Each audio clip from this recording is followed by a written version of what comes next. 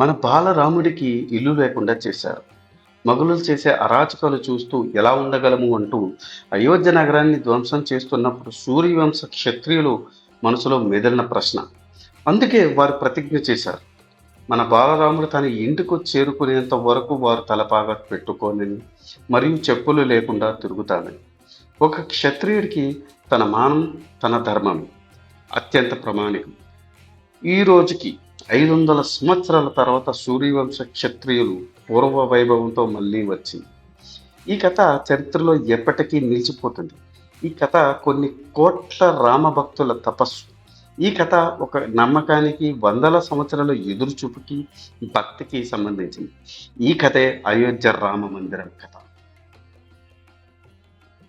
వాల్మీకి రామాయణంలో అయోధ్య నగరం గురించి వివరణ ఉంటుంది. ఈ నగరాన్ని నిర్మించిన వారు మొదటి మానవుడు అయిన మనువు.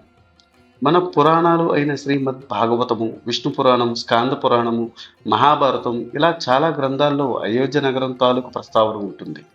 అయోధ్య అనే పేరు ఆ యుద్ధ నుండి వచ్చింది. ఇక్కడ ఎప్పుడూ యుద్ధాలు జరగలేదని అర్థం. పెద్ద పెద్ద రోడ్లు, భవనాలు, సుందరమైన ప్రదేశాలు, అందమైన స్వచ్ఛమైన నదులు, బంగారు రథములు, ఆలయాలు అండ్ ఆహ్లాదకరమైన వాతావరణం, అంగరంగ వైభవంగా జరుపుకునే పండుగలు. అయోధ్య నగరం స్వర్గాన్ని తలపించేది అంటే అతిశయోక్తి కాదు. అయోధ్య నగరాన్ని మహాలక్ష్మి కులమైన నగరంగా అభివర్ణించేవారు. ఇక్కడ అన్ని రకముల ఆహార ధాన్యములు, పూలు, పళ్ళు దొరుకుతాయి. ఇతర దేశాల వ్యాపారస్తులు ఇక్కడకు వచ్చి వస్తువులను కొనుక్కు వెళ్ళేవారు. శ్రీరాముని నిర్యాణం తర్వాత ఆయన కుమారుడు కుషుడు శ్రీరాముని జ్ఞాపకార్థం చాలా ఆలయాలను నిర్మించారు. ఆ తర్వాత శ్రీరాముని వంశస్థులు 44 జనరేషన్స్ వరకు పరిపాలించారు. ఆఖరి రాజైన శ్రీరాముని వంశస్థుడు బ్రీత్బల్ ఆయన మహాభారత యుద్ధంలో ఓడిపోయిన తర్వాత అయోధ్య నగరం భూస్థాపితమైపోయింది.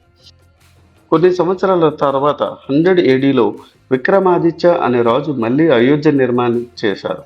మళ్ళీ అయోధ్యకు పూర్వ వైభవం తిరిగి వచ్చింది. ఆయన పెద్ద పెద్ద ఆలయాలు నిర్మించారు. ఈ ఆలయంలో 84 నల్లటి స్తంభాలతో అద్భుతంగా నిర్మించారు. కొన్ని సంవత్సరాలు వేరువేరు రాజులు పరిపాలించారు. ఈ క్రమంలోనే పురాతన చైనీయులు మరియు యూరోపియన్ ట్రావెలర్స్ శ్రీరామ జన్మ భూమి గుడి గురించి వివరించారు. శ్రీరామనవమి నాడు ఆలయం దగ్గర కొన్ని లక్షల మంది పాల్గొంటారట. కానీ 1516 సంవత్సరంలో అసలు దారుణాలు మొదలయ్యాయి. మొఘల్ రాజు బాబర్ వచ్చి చాలా మంది ప్రజలపై అకృత్యాలకు పాల్పడ్డాడు. మన దేవాలయాన్ని ధ్వంసం చేసి దేవాలయంలో సంపదను దోచుకున్నాడు. ఆఖరికి బాబర్ అయోధ్యకు చేరుకున్నాడు. 1527 మరియు 28 సంవత్సరం మధ్యలో బాబర్ ఆదేశాల మేరకు తన సేనాపతి మీర్ బాగి అయోధ్య రామ మందిరాన్ని నాశనం చేశాడని, ఆలయంలో ఉన్న విగ్రహాలు, కళాకృత్యాలు అన్నీ కూడా ధ్వంసం చేశారు. 1611లో ఒక ఇంగ్లీష్ ట్రావెలర్ విలియం ఫించ్ అయోధ్యకు వచ్చారు.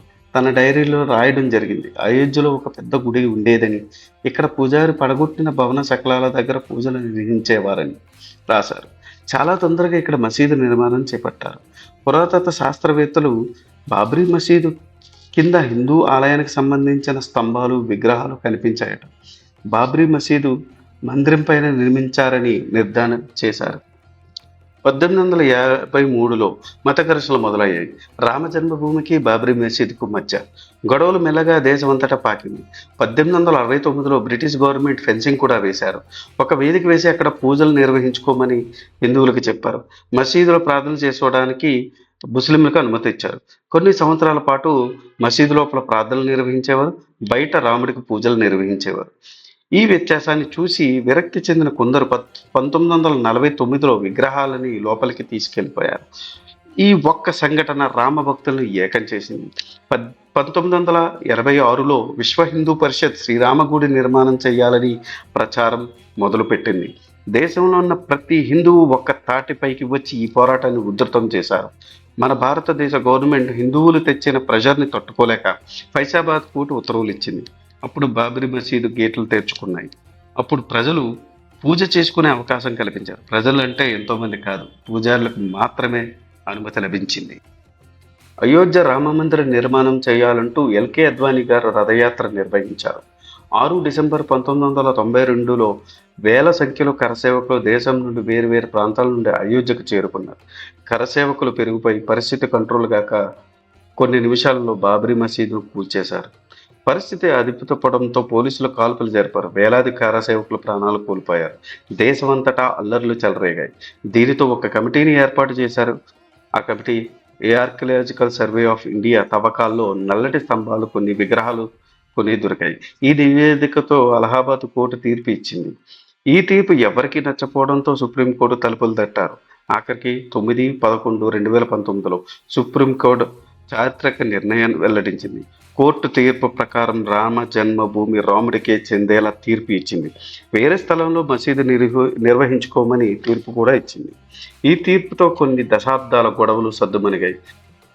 చివరికి 22 జనవరి 24న శ్రీరామ ప్రాణప్రతిష్ఠ చేసి మనసులో రాముడిపైన భక్తిని పెంచారు.